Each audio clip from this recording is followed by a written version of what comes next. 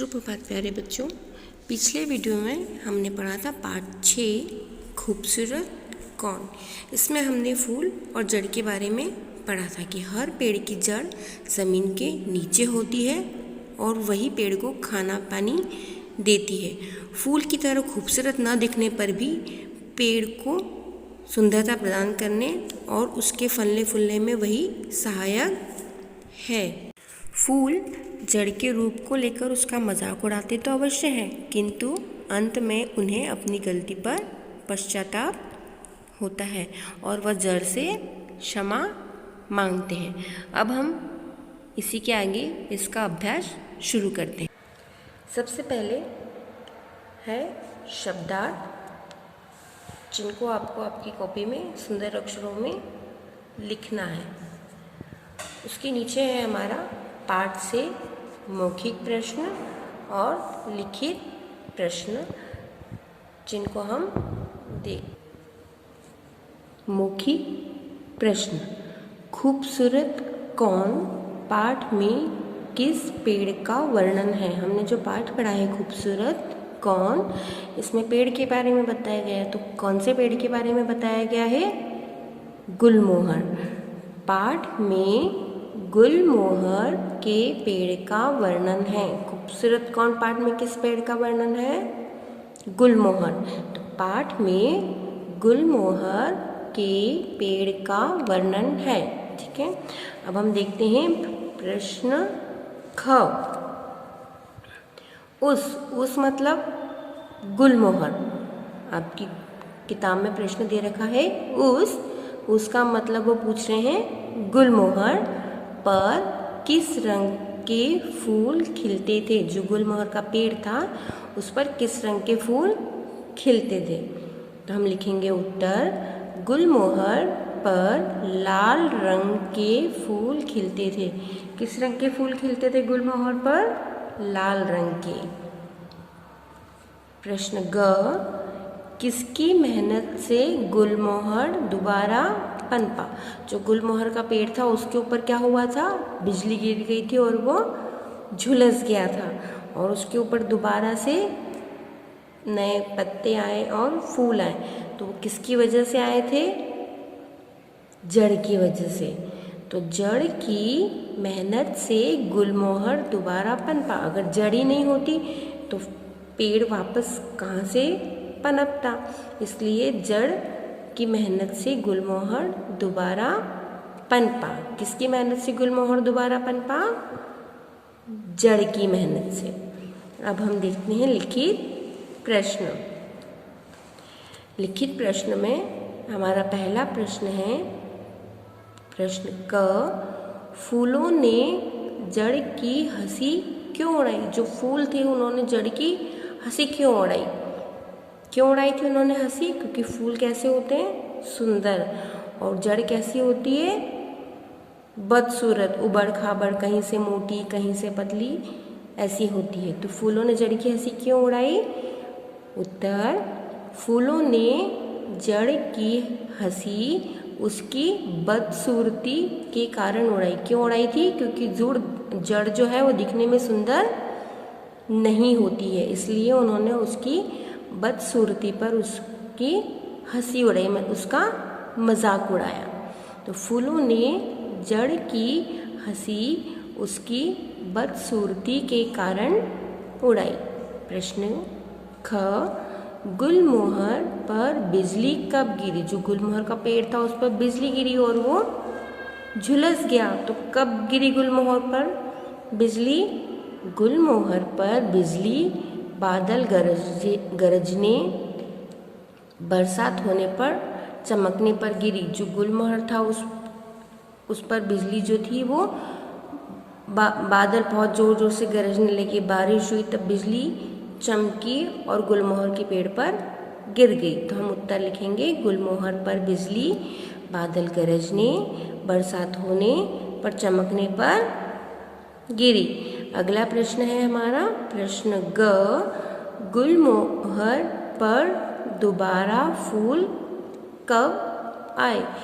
जो गुलमोहर का पेड़ था वो कैसा हो गया था? बिल्कुल ठूट जैसा। उसकी सारी पत्तियाँ फूल सब जल गए थे, सिर्फ वो एक लकड़ी जैसा खड़ा था।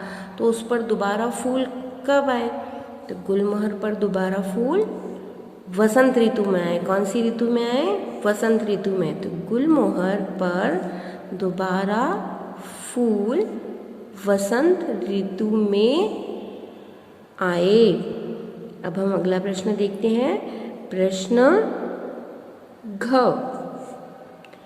फूलों ने जड़ से क्षमा क्यों मांगी? जो फूल थे उन्होंने जड़ से क्षमा क्यों मांगी? क्यों मांगी थी उन्होंने जड़ से क्षमा? क्योंकि फूलों को अपनी गलती का एहसास हो गया था कि सिर्फ हम वापस किसकी वजह से आए हैं? जड़ की वजह से। और सिर्फ खूबसूरत होना ही काफ़ी नहीं होता, मन का सुंदर होना भी आवश्यक होता है। इसलिए हम उत्तर लिखेंगे, फूलों ने जड़ से अपनी गलती की क्षमा मांगी। क्या मांगी उन्होंने? अपनी गलती की क्षमा मांगी, क्योंकि वह जड़ के कारण ही दोबारा पनपे थे। क्योंकि उन्हें समझ में आ गया था कि हम जड़ के कारण ही दोबारा आए हैं, अगर जड़ नहीं होती तो हम कैसे पनपते। इसलिए उत्तर, फूलों ने जड़ से अपनी गलती की क्षमा मांगी, क्योंकि वह जड़ के कारण ही दोबारा पनपे थे। अब हम अगला प्रश्न देखते हैं। प्रश्न क्रमांक 40। प्रश्न 3, इस पाठ में गुलमोहर के पेड़ की जड़ फूलों से बातचीत करती है, इसे आप संवाद के रूप में लिखें। जो गुलमोहर का पेड़ है उसमें पेड़ की जो जड़ होती है वो फूलों से क्या करती है? बातचीत करती है। तो उसे आप अपने शब्दों में किस तरीके से लिखेंगे? सबसे पहले है जड़। तो जड़ फूलों से क्या पूछती है? जब वो दोबारा आते हैं तब, जब दोबारा नए पत्ते आते हैं, फूल आते हैं, तब जड़ फूलों से पूछती है, कहो भाई फूल कैसे हो? तो जड़ फूलों से क्या पूछती है? कहो भाई फूल कैसे हो? तो जब वो जड़ पूछती है तब गुलमोहर का फूल उसको क्या जवाब देता है? हम तो ठीक है। जब जड़ पूछती है आप कैसे हो, तो वो बोलते हैं, क्या बोलते हैं गुलमोहर के फूल? कि हम तो ठीक हैं, लेकिन हमें तुम माफ़ कर दो।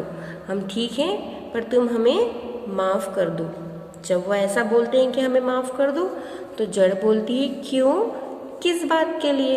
तो फिर वो पूछती है कि माफ़ तो मैं कर दूँ, पर मैं किस बात के लिए माफ़ करूँ? तो गुलमोहर का फूल बोलता है, हमने तुम्हें बदसूरत कहा था, हमने तुम्हें बदसूरत कहा था और तुम्हारा मजाक उड़ाया था। हमने तुम्हें बदसूरत कहा था, अब हम समझ गए कि सेवा और परोपकार की भावना ही व्यक्ति को सुंदर बनाती है। कि हम लोग समझ गए हैं कि सेवा करना और परोपकार मतलब दूसरों की मदद करना ही व्यक्ति को सुंदर बनाती है। अगला प्रश्न है प्रश्न 4, गुलाब का फूल सबको प्रिय है। गुलाब का फूल तो सभी को अच्छा लगता है।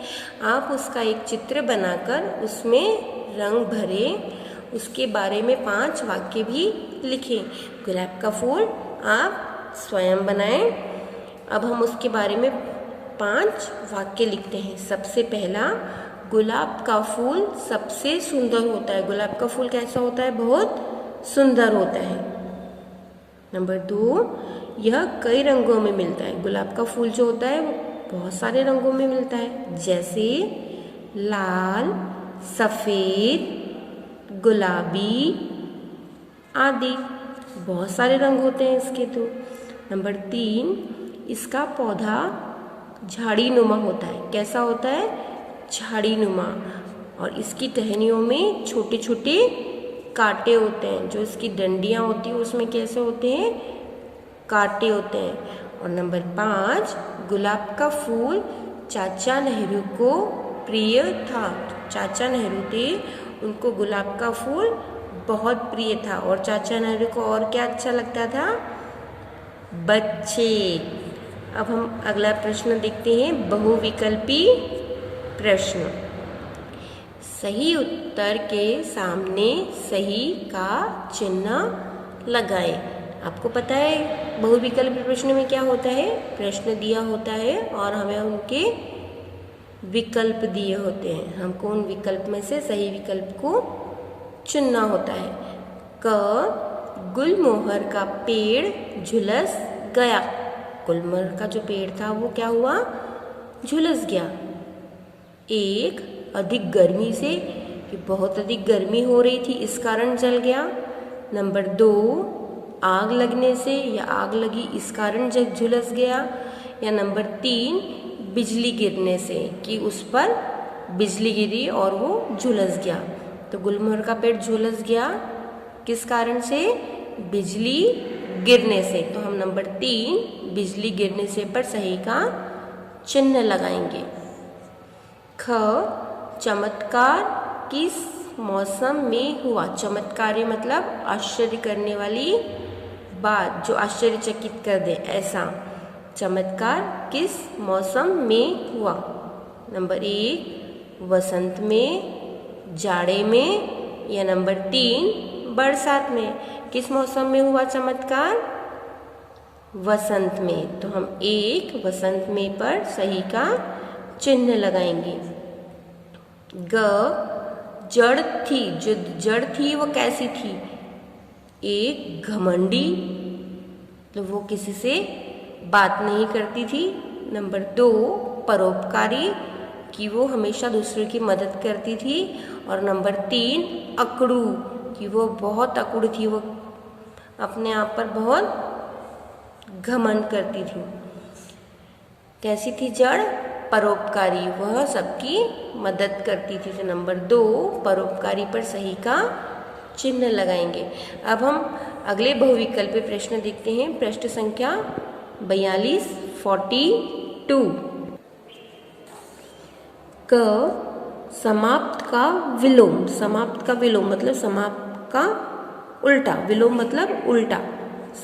अंत, दूसरा है प्रारंभ, तीसरा असीम और चौथा अनंत। समाप्त का विलोम क्या होता है, प्रारंभ। समाप्त, प्रारंभ। तो हम नंबर 2, प्रारंभ पर सही का चिन्ह लगाएंगे। ख, कली का बहुवचन है। बहुवचन मतलब बहुत सारा, कली मतलब एक होता है और कली का बहुवचन। अगर हमें बहुत सारी लिखना हो तो हम कली को कैसे लिखेंगे। नंबर 1, कलिये। नंबर 2, कलियों। नंबर 3, कलियां। और नंबर 4, कलियां। अब यहाँ नंबर 3 और नंबर 4 दोनों में कलियां हैं, पर नंबर 3 में है छोटे ई की मात्रा ल में और नंबर 4 में ल में बड़े ई की मात्रा है। हम जब भी बहुवचन लिखते हैं तब हमारी जो ई की मात्रा, बड़े ई की मात्रा है, वो छोटे ई की मात्रा में बदल जाती है। इसलिए हमारा नंबर 3, कलियां सही है। तो हम नंबर 3, कलियां पर सही का चिन्ह लगाएंगे।